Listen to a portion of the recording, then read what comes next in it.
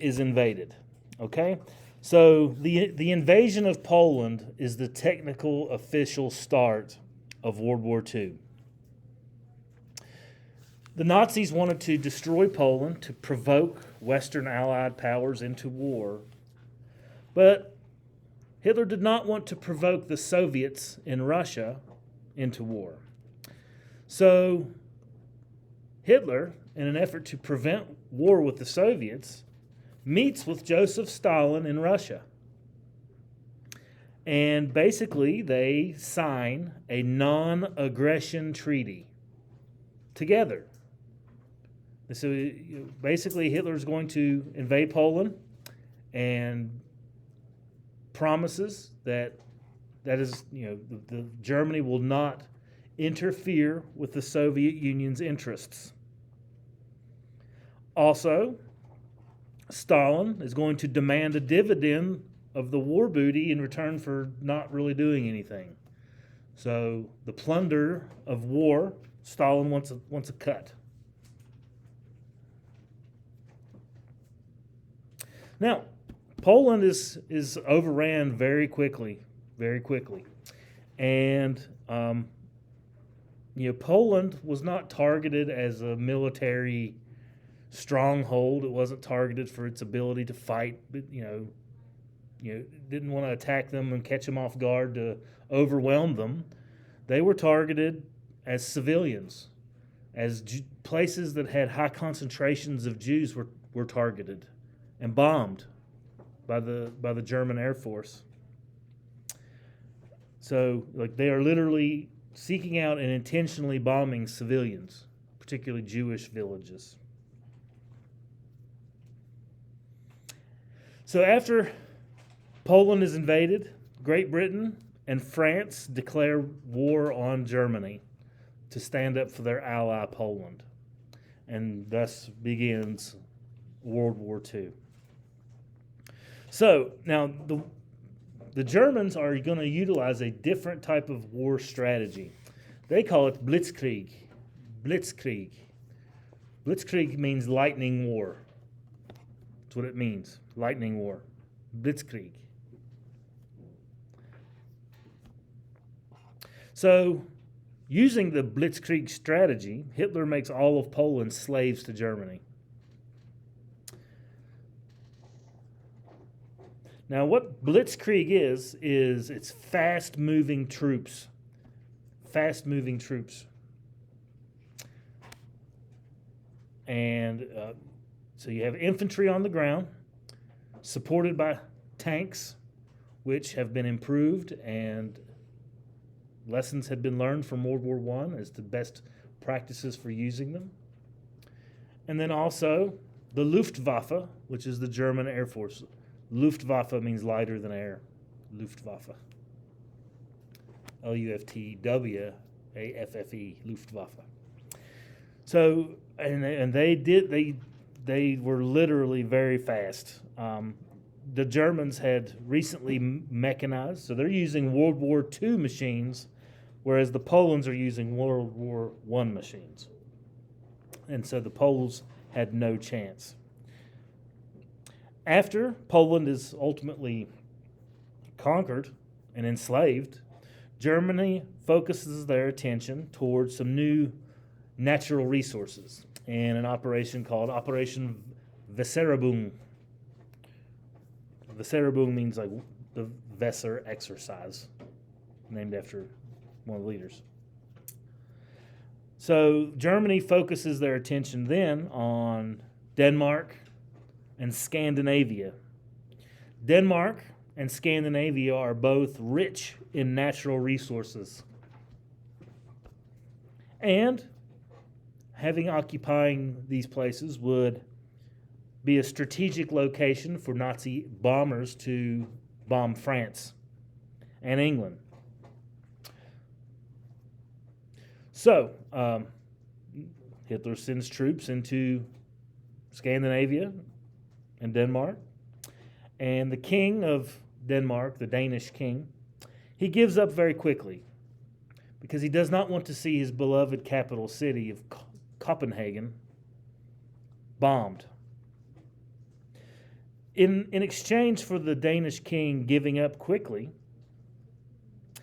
this results in a very mild treatment of Denmark. The king has even allowed some political autonomy. They even informed the Jewish people living there to leave. Other places like Poland, not so fortunate. They were just bombed. So Norway, on the other hand, resists. Norway resists, and they were defeated, even with the British's help. So you see the Nazi empire, really, growing quick. Not only did they take back, Austria and the Sudetenland and the Rhineland, but then Poland, now Scandinavia, Denmark, and now it's just they have a launching point to where they can invade the Western powers of the Allied forces. Who's going to be first if we're moving westward? What would be the next Western power west of Germany? Like who will be there? France. And it does not go well for France either, as evidenced by these pictures of Nazi flags and banners hanging from the Champs-Élysées in Paris, and the Hitler even posing in front of the Eiffel Tower. The French fell to the German the French fell to the Germans rapidly. The fighting took place between May 10th and June 23rd of 1940. Within a couple months. The French were totally unprepared for lightning war, for blitzkrieg. Didn't they surrender? Completely. The French were entirely humiliated. And then Hitler adds the humiliation by posting German propaganda all over Paris is like the crown jewel of France. It's the cultural capital of Earth. And Hitler hangs Nazi swastikas and banners everywhere, to where you could not go anywhere in Paris without seeing the presence of the Nazi Party. Were they forced to go to, because I know they went to Germany camps and stuff like that? Jews were. Now, just average French citizens, no. But they were under occupation of Germany, so the French laws and rules no longer applied. It was like a military dictatorship. So, pretty dangerous situation. So, they're moving fast. Now they just must cross the English Channel, and the final of the Allied forces, Western Allied forces, is there on their little island, and that is who? Britain, England. And England had recently elected a new prime minister. What was his name? Winston Churchill. Britain was led by Winston Churchill and was not intimidated by the bully tactics, the gangster attitude of Adolf Hitler. Hitler hoped that by showing his force in France, in Poland, that it would frighten the British people into peace, that they would not fight, they wouldn't fight back. But British people are very similar to Americans. We're not easily scared, okay? So the thing about Britain, though, is that it's an island nation. It's an island nation. And what does Britain have that's the most powerful, has always really been the most powerful in the world? Navy, okay? So the British Navy has heavy artillery, has complete domination of the English Channel. So in order for Hitler to invade Great Britain with troops, it would be an extremely difficult proposition. Like just trying to get through the English Channel, which is not a very large waterway anyways, with that massive presence of the British naval troops. Very difficult. However, the Battle of Britain, which does ensue, is not a battle of troops on the ground. What is it a battle of? Airplanes. Complete airplanes. So you have the German Luftwaffe versus the RAF, the British Royal Air Force. So the Luftwaffe, they began bombing Great Britain. Initially, they were bombing places like airstrips, factories, military positions in England. And this was an extremely costly effort to the Germans, because the Royal Air Force, they were good. They were trained well. They had good technology, and it cost a lot of troops or a lot of planes to the Luftwaffe. They shot down a lot.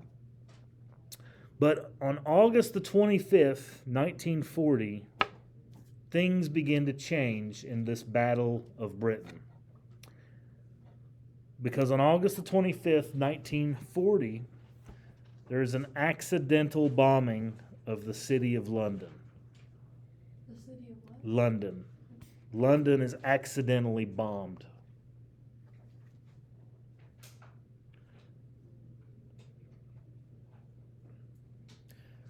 There was nothing in London other than just civilians.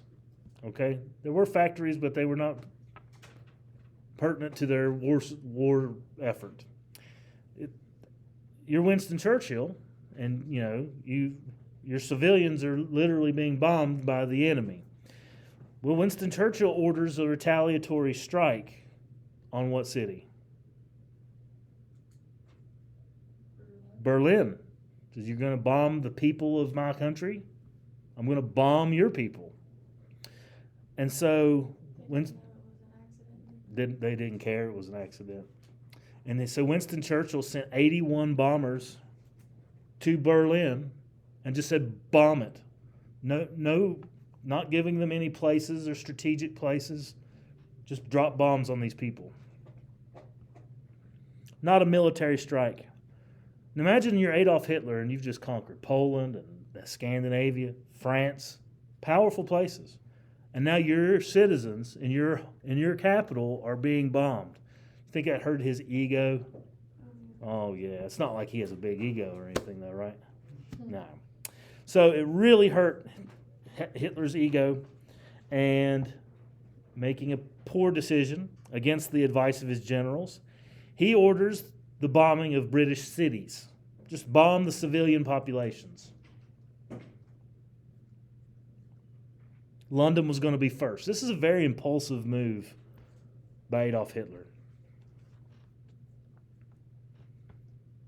And so, for a significant amount of time, it was not safe to live in a British city. You guys ever watched The Chronicles of Narnia? Yeah. How does that movie begin? They were in a bomb, underground. And then where do they go? Where do the kids go? They go to another. Why are they sent to the country? Because of war. Because it's not safe to live in the cities, because the cities are being bombed. People literally lived in the subways. They lived in the subways to prevent being killed by German bombs. What, they had to collapse all the way? Not necessarily. These are pretty well underground, the tube.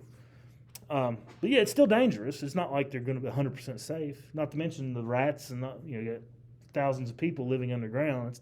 It's dangerous conditions, and it's a pretty impulsive move by Hitler, but it has an unintended consequence. What was Hitler focused on bombing before? He was bombing cities in England.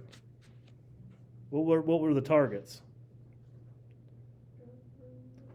Yeah, like airstrips and factories that were producing airplanes and military targets. When Hitler shifts the focus from bombing military targets to just bombing the civilian populations, this gave the British an opportunity to rebuild, to fix their airstrips, to manufacture airplanes, to train their pilots. So, and this was not something that was quick. London was bombed daily for like daily and nightly for 4 weeks. It was not a fun place to be. And the unintended consequences of that is that the break from bombing airfields gave the Royal Air Force time to repair their planes. And many of the German raids were undefended because of the distance that they had to travel. So the British were able to hold them off and postpone Hitler's plans to invade Great Britain with troops. Okay?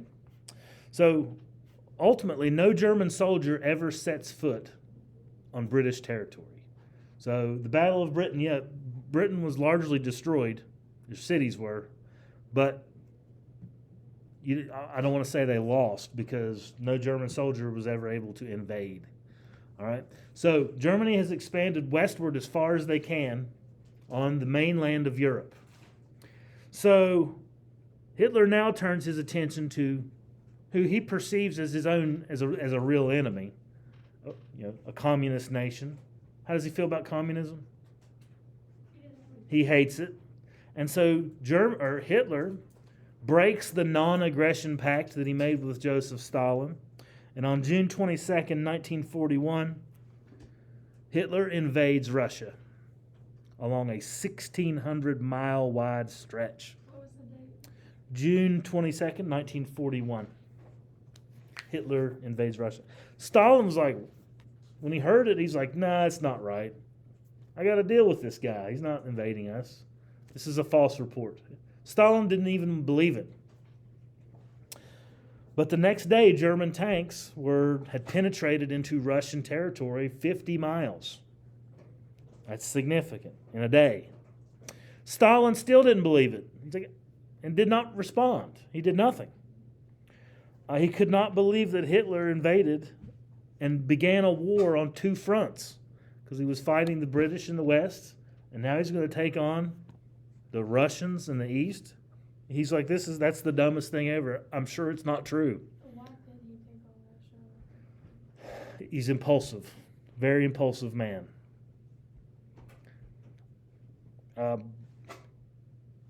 Plus they had the non-aggression pact. He's like, this can't be true.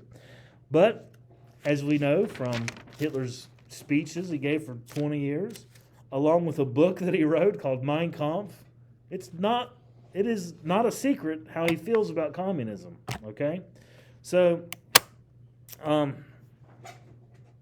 in doing this was a pretty bad move by Adolf Hitler. And we'll talk more about that as I'm just kind of trying to set up everything.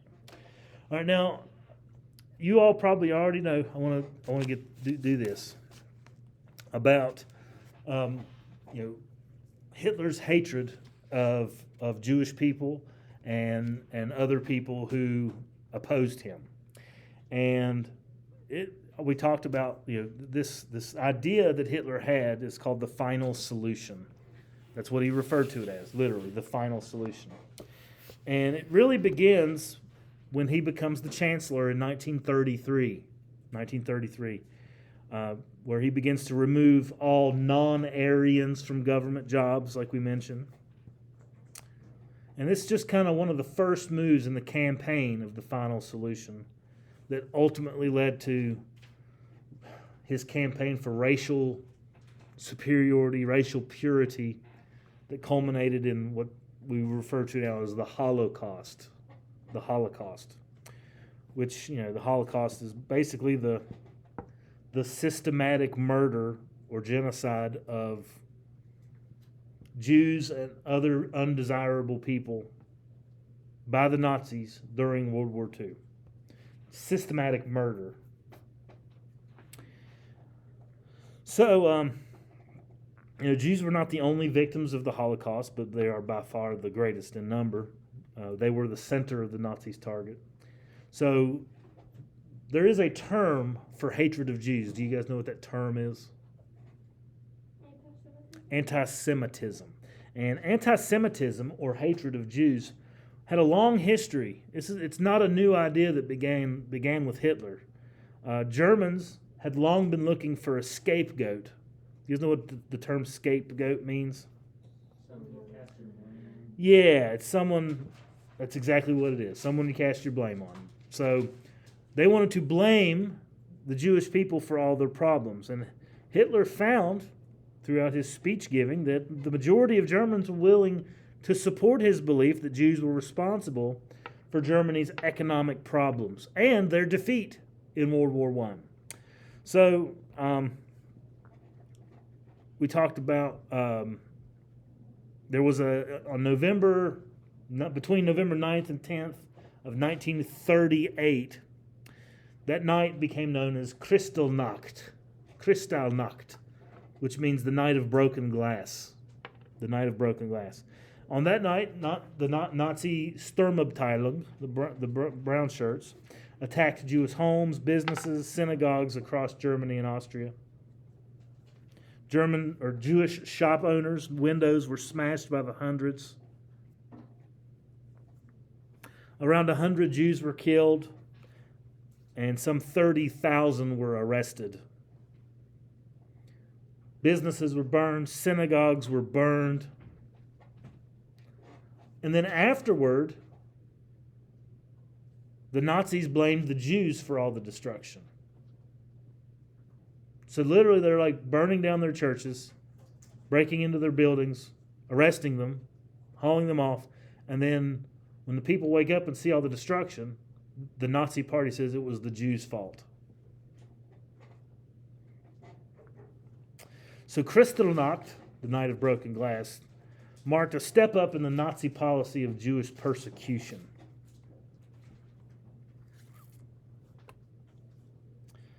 So,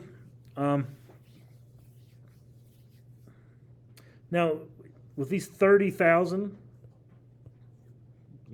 that's just a small number of what ultimately became the Holocaust.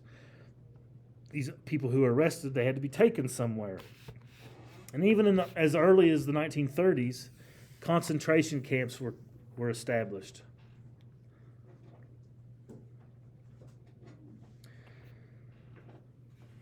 So these were communities where Jews were sent, dragged from their homes, herded onto trains or trucks for shipment to these labor camps. Most were labor camps, put to work as basically slave labor.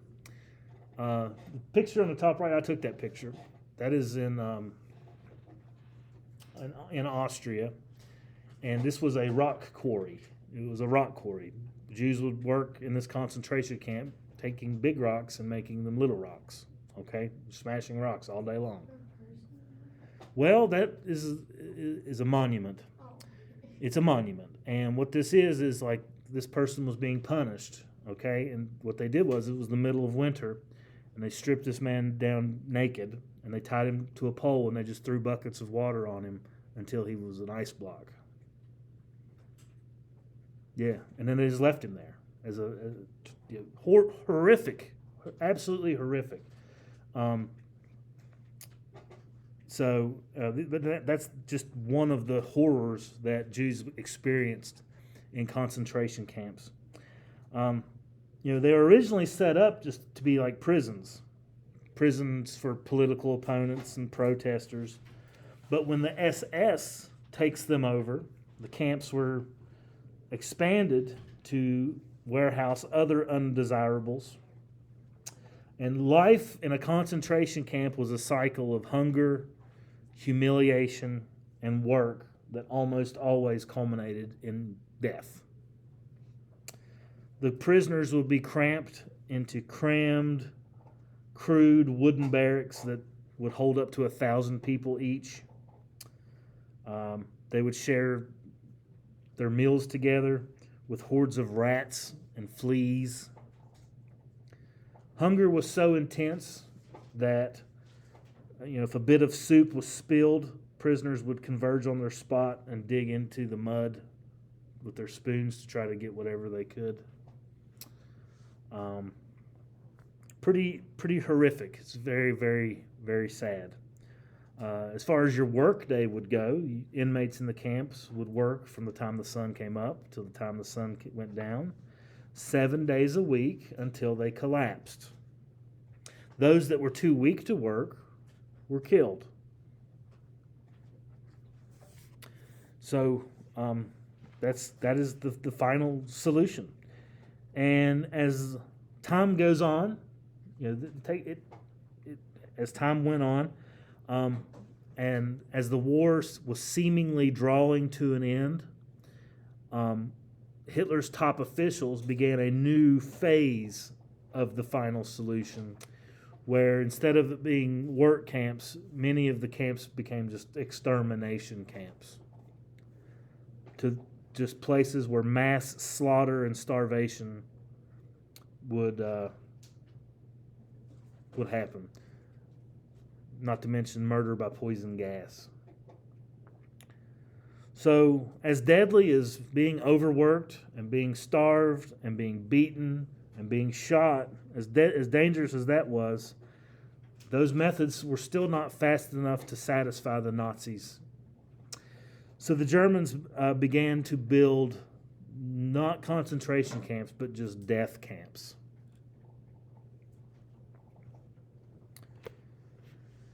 Each camp had several huge gas chambers, which could kill as many as 12,000 people per day. And then when prisoners would arrive in places like Auschwitz, which was the largest of the death camps, they had to go before a doctor, an SS doctor, and the doctors would just kind of wave their hands as they looked at you and separate you with, if you were strong enough to work, then you'd go work. If you weren't, you go die with just the wave of a hand and just a quick visual inspection by an SS doctor. Both groups, whether you were in the work group or the kill group, were told to leave all their belongings behind with the promise that they would be returned to them later. And then those that were destined to die were gathered into a room just outside the gas chamber and then told to undress so that they could have a shower. They wanted them to be clean. And then they were all herded into the gas chamber with fake shower heads installed, with the door locked behind them. And they were even given pieces of soap to keep them calm. There's not even water in these showers. It's a gas chamber. And then the gas would be turned on and a cyanide would spew from the vents in the walls. And they just fall dead. Hundreds of people at a time. So the Nazis then had another problem, what to do with all these dead bodies. At first, they dug huge pits where at one concentration camp, 500 prisoners their job was to dig graves all day long. But digging the graves took longer than the gas chambers could operate. And so then they began to cremate the remains, and the smell of the thousands of dead bodies could be smelled for miles around.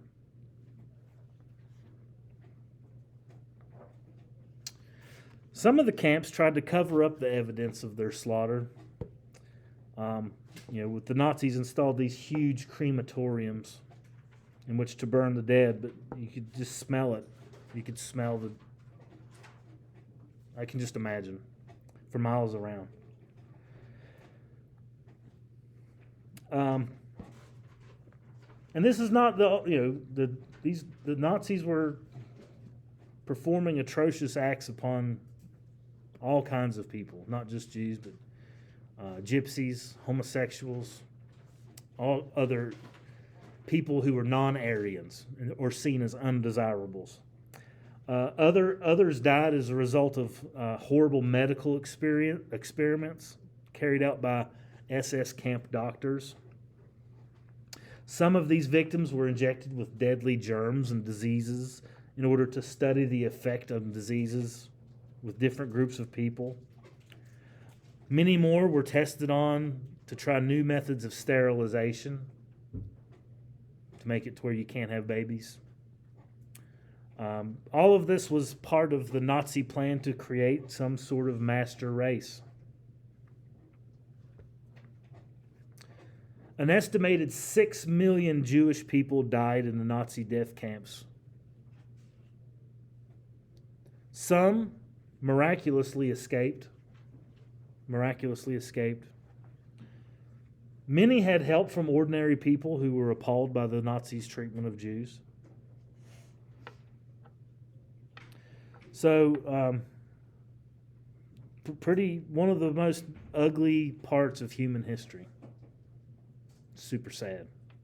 And this slide I have up here shows different decorations that Jews would wear on their clothing to identify them as Jews, or some would be some of these mean homosexuals or where they're from.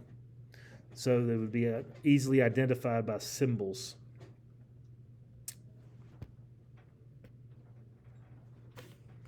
And as you can see, like this is, you get some pre-World War II numbers versus post-World War II numbers.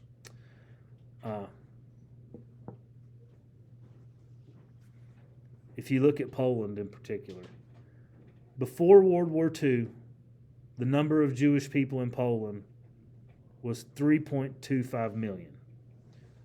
If you look at the number of people who were at the high estimate of people who were murdered, that's 3 million. Almost every single Jew in Poland was exterminated. So, there was accounts by some Polish Jews that survived the death camps, and like they would return home and there was no one. Like entire villages just empty. There's nobody there. Everyone had been killed.